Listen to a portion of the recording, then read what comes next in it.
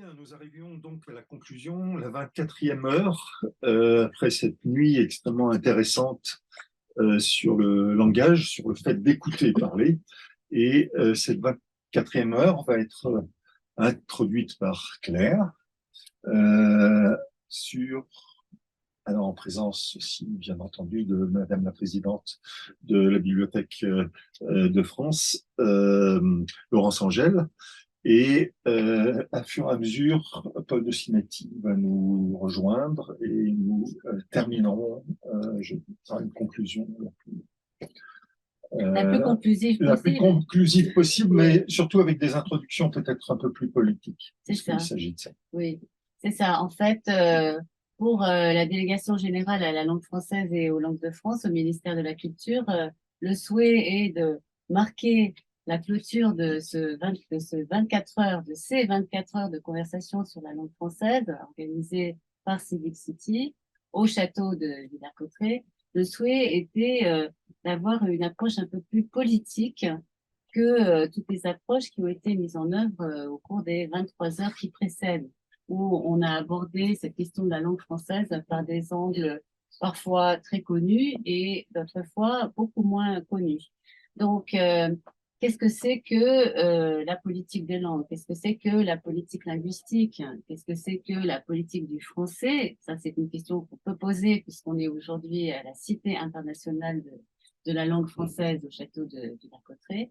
Et aussi, qu'est-ce que la politique des autres langues euh, à côté du français qui cohabitent dans l'espace national, les langues régionales, les langues portées par les flux migratoires. Donc ça, ce sont vraiment des questions qui intéressent les spécialistes de la politique linguistique et au premier chef desquels, je dirais, sans modestie aucune, la délégation générale à la langue française et aux langues de France au ministère de la Culture.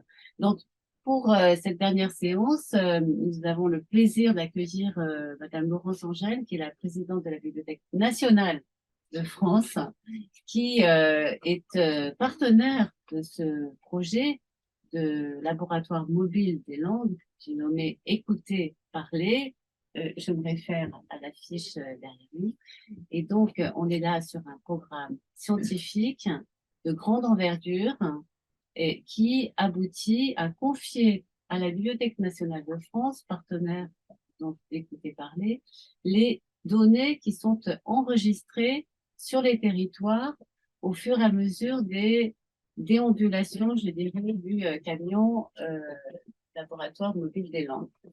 Nous avons aussi ici, et il faut qu'il s'approche un petit peu, Olivier Bod, ah oui, il est parfaitement visible, qui est le conseiller scientifique de ce projet, qui est donc porté par le CNRS, la Direction générale de la langue française de langue de France, et qui donc fait le lien avec la Bibliothèque nationale de France.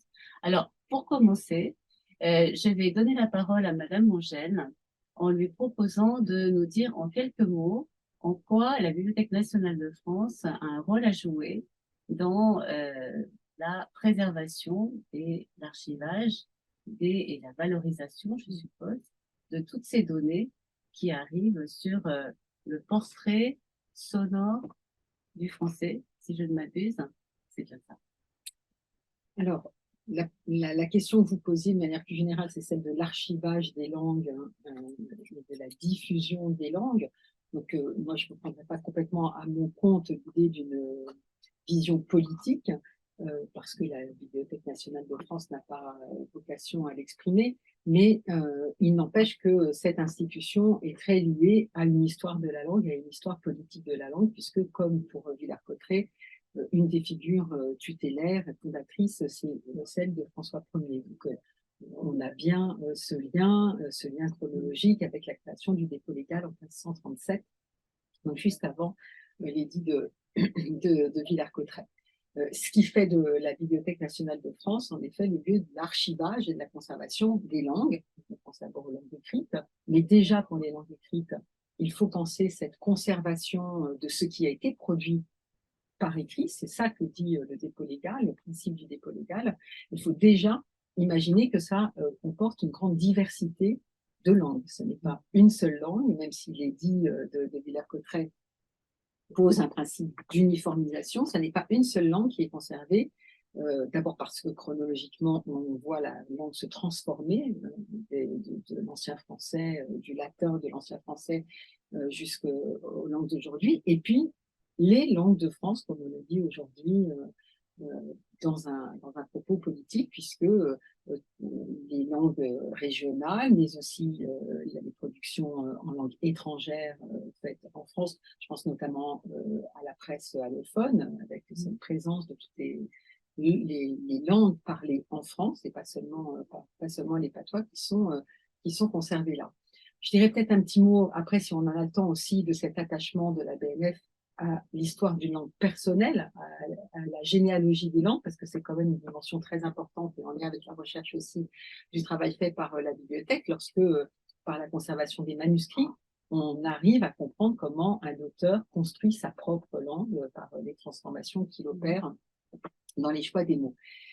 Mais il n'y a pas que l'écrit, il y a aussi les langues parlées. Et donc, cela, depuis, pour ce qui concerne l'enregistrement des langues, parce que vraiment la démarche était celle-là, depuis le début du XXe siècle, avec le rôle joué par Ferdinand Bruno, qui, comme aujourd'hui le travail engagé par le CNRS et le ministère de la Culture, la volonté de conserver et d'archiver, parce que quand on conserve, on organise les choses, les langues parlées. Donc, Ferdinand Bruno, en lien avec Pathé, donc on est aussi dans l'exploration des technologies, de ce que les technologies nous permettent de faire, décide d'enregistrer les langues. Il fait 300 enregistrements entre 1911 et 1914. Il a l'idée de poursuivre, mais ce n'est pas lui qui le fait. Cela débouche sur la création des archives de la parole, c'est le terme qui est donné à cet ensemble, et puis ensuite, progressivement, différentes institutions qui finalement intègrent la Bibliothèque nationale de France. Et c'est exactement la même démarche que celle que vous engagez aujourd'hui, à une échelle plus grande, bien sûr, mais la volonté d'entendre ce qu'il appelle les orateurs, on dirait aujourd'hui les grandes voix, des voix connues, c'est Dreyfus, c'est Apollinaire, c'est Colette, des auteurs, mais aussi des interprètes, donc les grandes voix du théâtre. Mais au-delà de cette dimension un peu symbolique, politique sans doute, il y a la volonté d'enregistrer les langues telles qu'elles sont parlées, et notamment les patois. Donc il circule, enfin plus exactement, il fait venir à lui, parce qu'il ne circulait pas à ce moment-là, mais il fait venir à lui des locuteurs qui utilisent d'autres langues que le français, qui utilisent des patois, et il les enregistre pour les archiver, pour les conserver.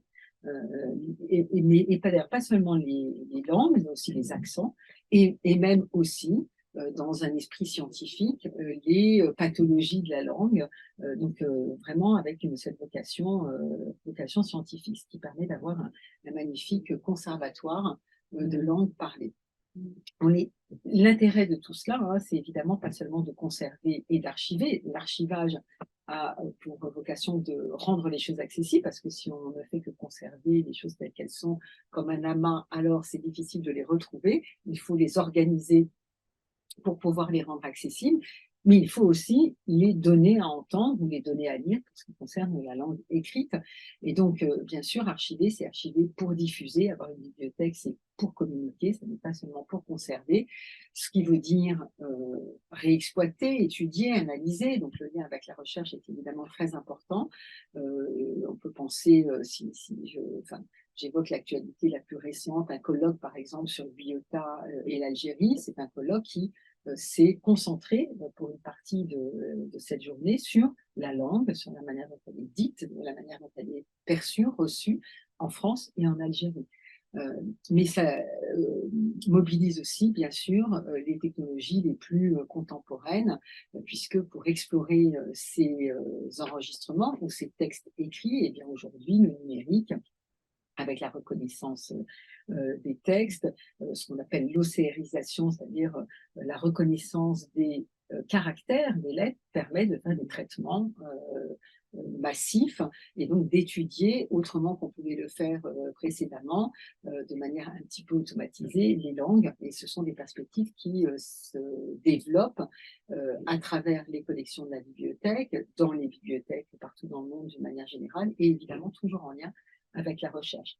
Et puis, diffuser, entendre, réentendre, c'est aussi rejouer les langues, c'est aussi rejouer ce qui a pu être écrit. Et à la bibliothèque, comme on l'aura évidemment demain à la Cité de la langue française, où il ne s'agit pas seulement de raconter l'histoire, mais de la faire entendre, eh bien, à la bibliothèque, nous avons, en tout cas moi j'y tenais beaucoup, la volonté de donner à entendre la voix des auteurs, de donner à réentendre les textes qui ont pu être produits, et donc c'est des masterclass, c'est surtout un festival de lecture à voix haute et un programme de lecture à voix haute qui permet de montrer les manuscrits que l'on peut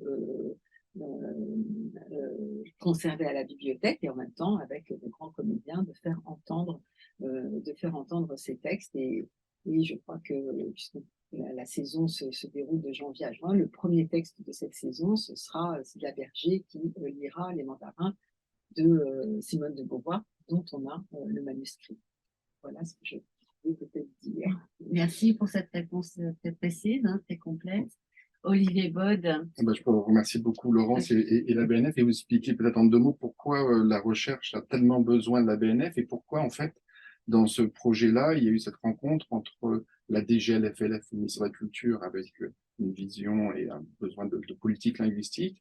Pourquoi on avait besoin de la Bibliothèque nationale de France dans à la fois cette conservation et cet accès au patrimoine, dans une démarche de ceux qui existent déjà et de ceux qu'on va produire, et pourquoi le CNRS est au-delà de la recherche universitaire est impliqué. Alors, évidemment, depuis toujours, les chercheurs ont besoin de la Bibliothèque nationale de France. C'est le lieu du savoir, le lieu où tous les étudiants vont travailler et vont chercher dans des livres, mais pas que dans des livres, maintenant, dans des foules de documents pour travailler. Il y a aussi à d'autres niveaux, il y a des laboratoires communs, il y a des unités de recherche qui sont communes avec la Bibliothèque nationale de France, il y a des grands programmes de recherche, il y a maintenant, avec le développement du numérique et des accès à des vastes collections de données, des programmes de recherche, et même un BNF Data Lab sur ces grandes données. Donc, il y a beaucoup, ou un BNF Data Lab à l'endroit où les chercheurs vont étudier, vont explorer les collections de la BNF avec les outils dont on dispose aujourd'hui. Donc, la recherche a toujours eu besoin de la Bibliothèque nationale de France et de cette construction du savoir et de cet accès à la communication. Et puis aussi, parce que les chercheurs produisent eux-mêmes des documents, quand c'est des livres confiés à la Bibliothèque nationale de France, mais sur les documents sonores, par exemple, quand ils ne sont pas édités, il y a eu souvent un flou et on peut le dire du côté de la recherche, peu de prise en compte de leur propre production. Je donne un exemple, les enregistrements qui ont été faits dans les années 50 pour faire le français fondamental, un grand programme où on avait envie de savoir comment on parlait français aujourd'hui, de manière à apprendre facilement le français sur le monde entier. Donc, un grand programme politique, si on peut le dire. Les enregistrements qui ont été faits à l'époque étaient effacés une fois qu'ils étaient transcrits. Parce que ce qui était important, c'était de travailler sur la fréquence des mots, sur l'écrit, mais étaient effacés. Alors, à chaque fois que la Bibliothèque nationale de France a pu intervenir, elle dit attention, vous avez là un trésor linguistique. Et deuxième exemple, dans les années 80, quand il y a eu un grand programme, dans les années 70-80, quand il y a eu un grand programme d'atlas linguistique en France, les chercheurs ont été invités par la Bibliothèque nationale de France à confier leur bande magnétique, quand elle était enregistrée à la bibliothèque pour conservation, à la place, on leur donnait une bande vierge, parce qu'il n'y a pas beaucoup de moyens, de manière à ce qu'ils n'effacent pas ce qu'ils enregistraient. Donc aujourd'hui, il y a un très grand trésor d'enregistrement qui provient depuis qu'on peut enregistrer, avec les fameuses archives de la parole. Donc dans le camion ici, comme sur le site Gallica de la BNF, vous pouvez aller écouter effectivement Apollinaire, vous pouvez écouter un tapissier du 14e arrondissement, vous pouvez aller écouter ces enregistrements qui sont des enregistrements fabuleux. C'est pas sûr du tout que beaucoup de personnes à l'époque pensaient que c'était fabuleux, encore que comme c'était les premiers enregistrements, ça devait plaire à tout le monde. Mais aujourd'hui, la question de savoir qu'est-ce qu'on doit conserver dans cette foule de pratiques linguistiques que nous avons, c'est de fait une question, en tout cas, de recherche, pour savoir quel est le constat, sur quoi on fait de la recherche aujourd'hui, sur quel texte, alors ça c'est assez facile, mais sur quel document sonore, et est-ce qu'on connaît bien la recherche. Ça, c'est le produit. Donc ici, je vais juste dire ça, dans ce camion, On a la chance de pouvoir écouter ce qui a été conservé par la Bibliothèque nationale de France, mais produire un nouveau patrimoine et d'être dans cette relation qui est conservation, accès au patrimoine. Et à partir de là, c'est grâce à ça qu'on fait de la recherche et qu'on apporte une reconnaissance aux Français dans sa forme la plus vivante possible, dans toutes les variétés de français, toutes les productions de français. Je pense que c'est un esprit qui est aussi recherché aussi à la Cité internationale de langue française. Mais dans cette rencontre-là, cette reconnaissance de cette diversité, du fait que le français est en contact tous les jours avec d'autres langues, et c'est comme ça que ces langues vivent ici, et on a besoin de cette connaissance pour produire de la connaissance, pour produire le patrimoine, pour produire aussi des actions qui sont éducatives, artistiques, culturelles, technologiques derrière, pardon. Non, ce que j'aimerais interroger, mais j'en suis pas sûr justement, c'est on voit bien qu'en matière d'écrit, je dirais le critère, c'est le fait de la publication. Et là, en matière d'oralité, on va plus loin, on va plus large. Je me trompe peut-être. Non, il y a toujours les deux, hein. Il y a une dimension, j'aime aller dire, un peu industrielle ou mécanique dans le dépôt légal, puisqu'il y a un principe d'entrée systématique qui est à peu près respecté, qui ne concerne pas que l'écrit, qui concerne toutes les formes de production éditoriale, donc également les enregistrements sonores avec, vous savez, un travail qui se répartit entre le Centre national du cinéma pour les œuvres cinématographiques diffusées en salle de cinéma, l'Institut national de l'audiovisuel pour tout ce qui est produit et diffusé par les entreprises de l'audiovisuel, et puis la BNF pour tout le reste, c'est-à-dire beaucoup de choses, les réseaux sociaux, enfin, toutes les productions numériques, mais aussi le DVD, le CD, enfin, beaucoup de productions audiovisuelles, et aujourd'hui, évidemment, tout ce qui circule sur le web. Mais il n'y a jamais eu que cela. Il y a toujours eu aussi une démarche proactive, volontariste, portée par des chercheurs, portée par des autorités politiques, portée par des auteurs du point de vue de l'écrit. Je le disais tout à l'heure, pour travailler sur la généalogie de l'œuvre, il ne suffit pas d'avoir l'œuvre imprimée telle qu'elle a été lue. Et d'ailleurs, même cela, cela connaît des évolutions. Les rééditions ne sont pas toujours les mêmes, donc ça permet déjà de travailler un petit peu sur l'évolution d'une production. Mais ce qui fascine tout le monde, qui est d'une émotion unique, ce sont les manuscrits. Les manuscrits, ça ne répond pas à une règle de dépôt légal, il n'y a aucune obligation imposée aux auteurs pour les déposer. Et cela est né de manière un petit peu massive, j'allais dire presque féerique, de la volonté de Victor Hugo qui a décidé de léguer tous ces manuscrits, et sur son exemple, d'autres ont suivi. Donc, il y a ces volontés-là, et parmi celles-là, il y a l'esprit dans lequel travaillent les bibliothécaires, qui aiment bien enregistrer le monde, qui aiment bien regarder ce qui se passe et en garder la mémoire, en garder la trace, des chercheurs qui peuvent avoir cette même volonté. Mais ce que vous dites est très intéressant, parce qu'effectivement, il faut l'attention de la bibliothèque, c'est-à-dire celle qui se préoccupe de cette conservation, et de cette conservation non pas seulement pour les besoins d'aujourd'hui, mais comme on le dit, comme on aime à le dire, pour l'éternité, donc sans savoir ce qui intéressera nos successeurs et les chercheurs ou les visiteurs, les usagers des générations futures, conserver tout ce qui a été produit, parce que dans l'esprit de l'humanisme, de la Renaissance, tout ce qui est produit par l'homme est intéressant et susceptible d'intéresser. Donc il y a vraiment toujours ce mixte, et il n'y a pas que la mécanique du dépôt légal. Si je peux me permettre, parce qu'on a c'est 23 heures, et il y a eu beaucoup de discussions aussi sur la légitimité du savoir, tout ce qu'il était dit, qui revient, comme vous dites, important. Au fur et à mesure, par exemple dans le contexte écologique, tout le savoir incorporé qui était au début vu comme un savoir peut-être pas de valeur, on revient à chercher et à comprendre les langues, et traduire, retraduire. c'est de savoir. C'est drôle qui a la légitimité de rentrer dans l'archive. C'est aussi je pense que c'est beaucoup de discussions autour de ça, et c'est deux dimensions de politique. Une politique de langue et une politique du savoir et Oui. Mais si vous voulez, je trouve évidemment, si je suis dans cette institution, c'est parce que je l'admire beaucoup.